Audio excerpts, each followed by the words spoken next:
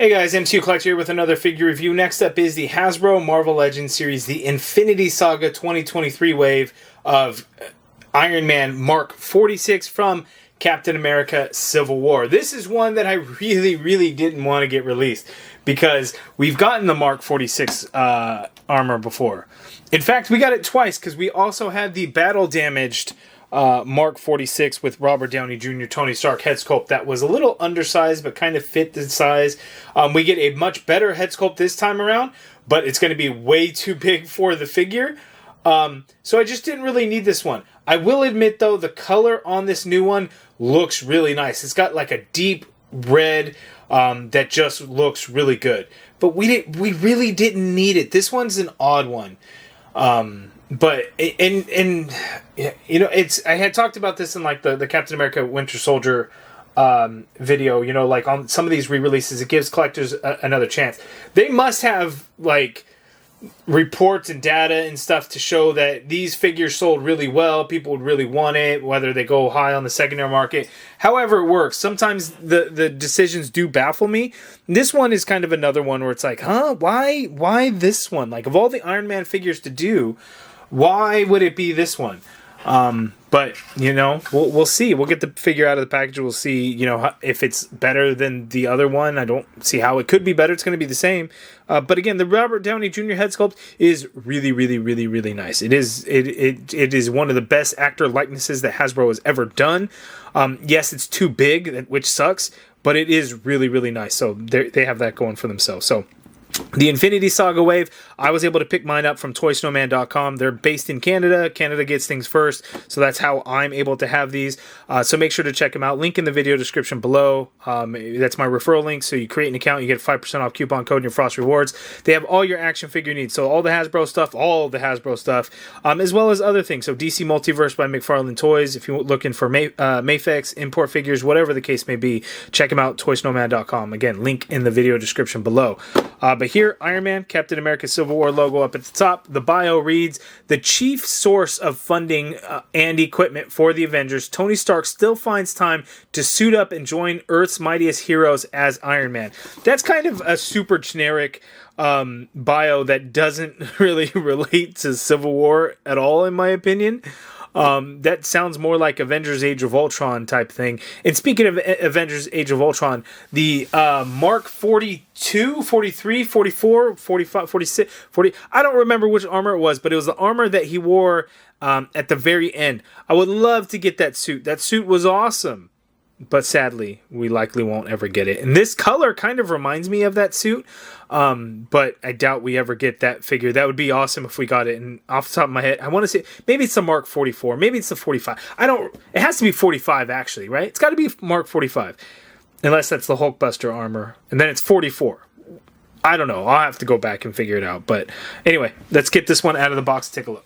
Okay, so here is the Iron Man Mark 46 figure out of the package. 45 is the one that I would love to get, but I don't think we're ever going to get 45. That was the one at the end of Avengers Age of Ultron. But here is the 46. Is this a good Iron Man figure? Sure. It's a good one. It's not terrible by any means, but there's been a lot better. This, at the time, the articulation scheme of like the legs and things were kind of wonky, in my opinion. So they just weren't as good as they could have been and as they have become. But it's still a decent figure, and if you don't have a Mark 46, hey, this is your chance to get one. And it comes with an absolutely amazing Robert Downey Jr. Tony Stark head sculpt. Really good. The best that Hasbro can do. But technically already got the head sculpt in the Avengers Endgame Infinity Saga release with Thanos and Iron Man. But it is a good one. It really is. I do really like the reds because when you compare to the old one, it's like, whoa, look at the big difference in there. That's a huge difference in the color. But I don't know. I mean, somewhere in between is probably what would be, I would consider like the most accurate in terms of how it looked in the movies. But then again, this same figure was released a second time in a 3-pack with Captain America and Spider-Man. And it had a darker red here. So I would almost think that this one, the battle damaged version, is probably the most screen accurate in terms of color. Whereas this one looks so much metallic. It reminds me truly of the Iron Man Mark 45 colors. So I would say the battle damage is probably the most accurate. But at the time, that head sculpt was pretty good. It looks kind of small, but it almost makes sense because there's a dude in a metal suit. Like, the suit should be larger, right? Because it has to fit a whole person in there. So that head probably makes sense, especially when you then look at, like, the helmet that goes with it. Is the head fit in there? So it wasn't terrible, and it was pretty good at the time. We've gotten so much better, or Hasbro has gotten so much better. They've been giving us better, right? The digital face print, everything like that, has just been a huge upgrade to what we had gotten before. So this one, you could see how far they've come since Captain America Civil War, whenever that movie released, 2017 or whatever it was. I don't actually remember at this point. But the head sculpt is a little big. It doesn't look terrible, but it's for sure big. The hips were always kind of a weird one. Like, these ones, like, the legs just want to stay together, which is kind of funky. They don't really want to go far apart. I don't know if they've made some updates to that. I haven't really messed with the articulation a whole lot. It's about the same, but it just feels smoother, I guess. It's less stiff. But they're there, and it kind of weird because the hips kind of stick out a little bit more so than the torso should. So again, with these figures, the torso was a little undersized for them, and things like that. You know, again, they've made, you know, a lot more improvements in some of the newer Iron Man movie figures. So this one was just kind of a tough one. But let's go ahead and get in for a closer look at the Robert Downey Jr. head sculpt, because again, it is really nice. And we'll take a closer look at the details of the figure. All the paint scheme and everything like that is really the same from the previous releases. There's not really anything different that I can see off the top of my head. So really, it's all about just this new Robert Downey Jr. head sculpt. Okay, so the up-close look at the Tony Stark Robert Downey Jr. head sculpt, absolutely amazing. I think it's a perfect likeness to Robert Downey Jr., and it just shows, like, what Hasbro is capable of doing. And then the digital face print, even that has the quality of it has improved. So looking at, like, his facial hair, it actually is not just, like, you know, solid brown color to show his facial hair. It actually, you know, kind of some skin tone in there. It has a little fuzziness to it to make it look like real hair. Just it's so good, so good. It's, you know, if you don't have, like, one of these Robert Downey Jr. head sculpts in hand, this figure is probably going to be worth picking up just so you're able to get it, because just look at how damn good that is. From all angles, I could see Robert Downey Jr. Whereas some figures, you may have to move him in a certain angle. This is him all the way through. Like, it is perfect. One thing that I didn't have at the time to be able to do is, you know, we also have the Iron Man Mark II figure that's in the same wave. So I didn't have this, you know, Tony Stark one to try out. But we're going to see if this head sculpt will pop on some of these other figures. Because this Iron Man figure is, you know, a taller, a bulkier figure. I guess height-wise is about the same, but it's a little bit higher. The head does pop on there, but it does not allow for room for any neck, unfortunately. So that would be the only difference. I kind of push it down. I guess you could have it a little bit. No, that looks weird. So you want to force it down on there. And it fits, but again, sits low, but that is something that could work. But yeah, awesome head sculpt. From here on out, we're going to have the helmeted head on there. And the helmeted head is pretty small, and I think it's too small. Not only just for, you know, the head that it comes with, like, obviously that can't work. But for the body itself, I think the head sculpt should actually be bigger. But looking at the details of it, the red is really nice. The gold is painted well. We get some gunmetal gray in certain areas here on the torso. We get a little bit of white and blue paint in the arc reactor. Some gold and silver in there as well. And again, the previous version, you know, all the paint apps are all going to be in the same place. The gold's a little bit different. It's a little bit more muted, where we had a brighter gold before. But the silver is all painted in the same spots, as you could see there.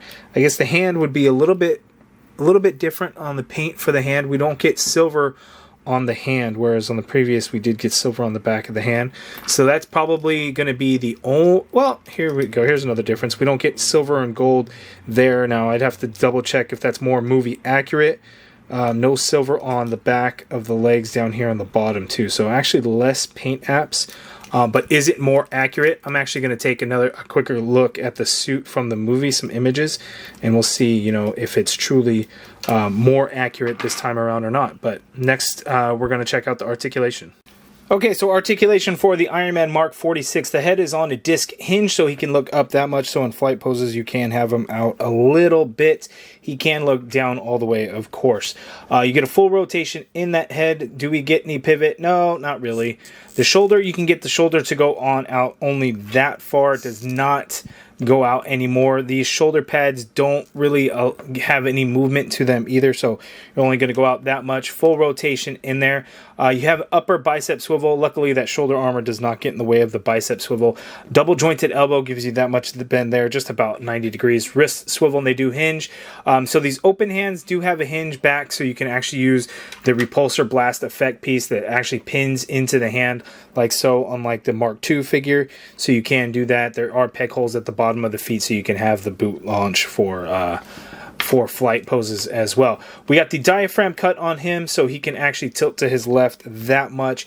He can tilt to his right that much. That's actually a fair amount, which is not bad. You can go back slightly, which I think is enough, and then you can come forward a little bit as well. Big man in a big metal suit.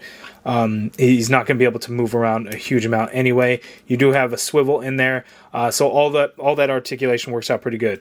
The legs go out that far apart. That is not a lot. He can only kick forward that much there as well. So that is very severely well, okay, so you got to work that hip joint, and you can get the leg to kick out quite a bit there. Goes back a little bit. You got an upper thigh cut in there. Double jointed knee. Like so, there are pins in the knee. Foot hinges down that much. A little bit of hinge up. Ankle pivot, peg holes at the bottom of the feet. One thing I was looking at, like in terms of which figure would actually be more accurate. There's more paint on the original release. So this one isn't actually accurate here, but the battle damage one, I guess, would be the one that actually was the most screen accurate, I would say. Because if you look at the hip piece, we have gold and silver in there.